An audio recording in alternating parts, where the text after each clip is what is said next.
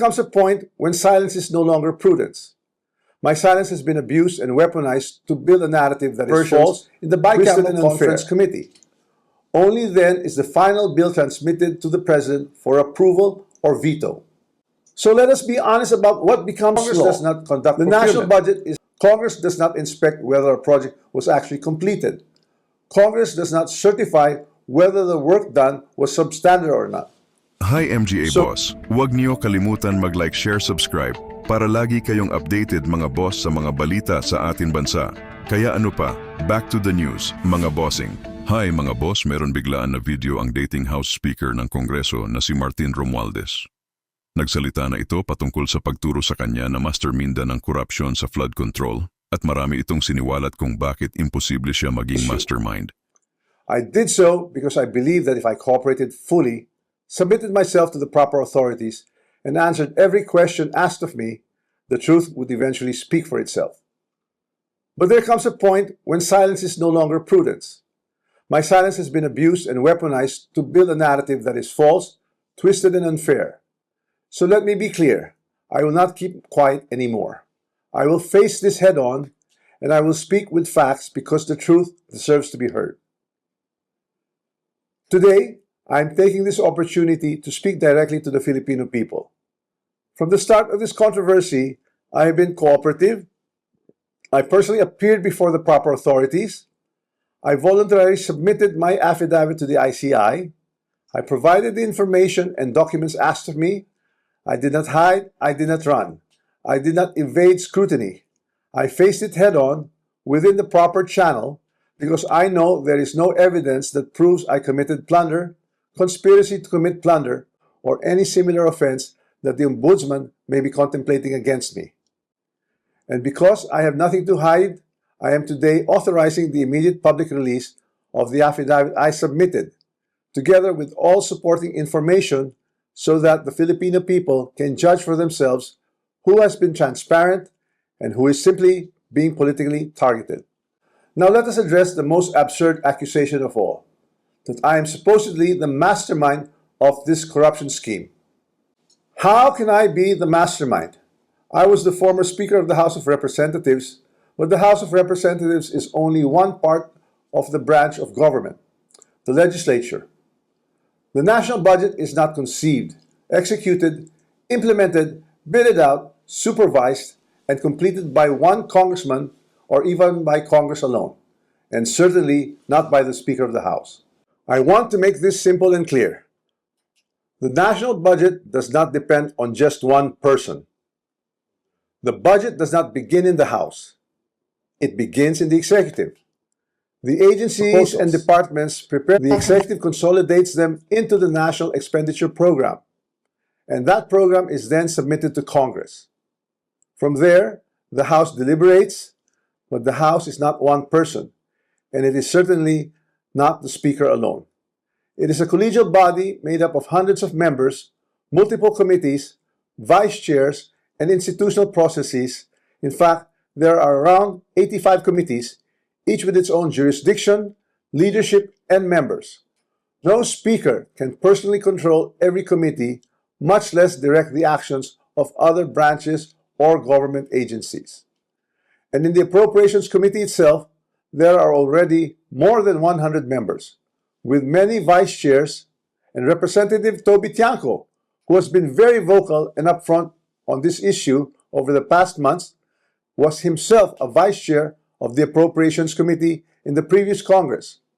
So I have to ask, if there were real concerns about irregularities in the budget process, why were these not formally raised during the deliberations, or even during the plenary? The budget deliberation does not stop in the House. The Senate also conducts its own deliberations, reviews its own version, and plays its own role in shaping the final budget, and it is not a bystander. It is an active constitutional participant in this process. After that, the House and the Senate reconcile their versions in the bicameral conference committee. Only then is the final bill transmitted to the President for approval or veto. So let us be honest about what becomes law. The national budget is not the act of one person or one chamber. It is the product of a constitutional chain involving the executive, the House, and the Senate. This is something I want the public to understand. The budget process is collective, multi-layered, and shared. Accountability must apply to everyone involved, not selectively assigned after the fact, and certainly not when it becomes politically useful. If corruption were to occur in a magnitude made known to us over the past months, then it's clear that the real corruption does not happen at the level of the general legislative approval alone. It happens at the level of execution of the General Appropriations Act. It happens when projects are implemented.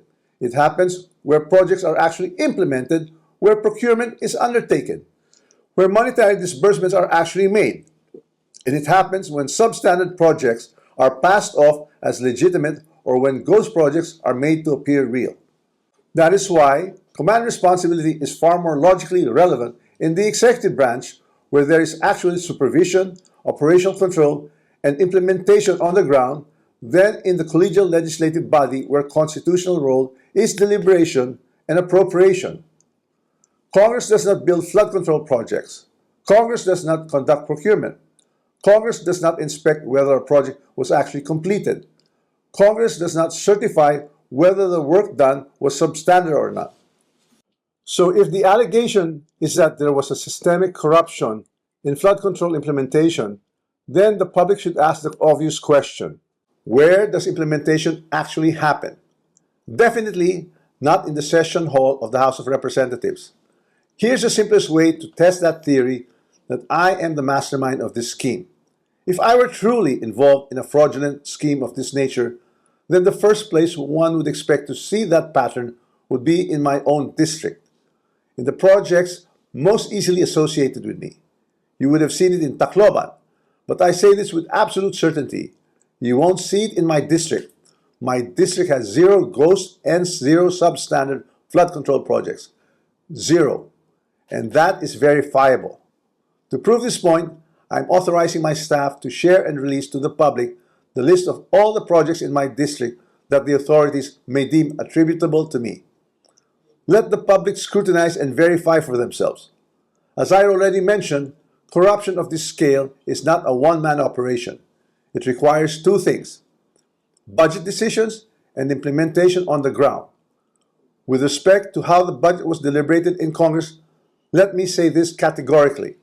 I was not a part of the BICAM and the small committee budget deliberations. Yes, I was updated on the general outcomes of the deliberations, but I had no visibility with regard to the specific details of the discussions, including particular amendments or insertions approved during these closed-door deliberations. Records would show that I did not participate in those meetings and I was not privy to what exactly transpired during the deliberations. However, 2 people were instrumental in making those budget decisions: Chis Escudero and Zaldico. And once the budget becomes law, the work of implementing flood control projects, or any project for that matter, is solely within the purview of the executive, including the DPWH, certainly not by legislators. I understand the anger of the public.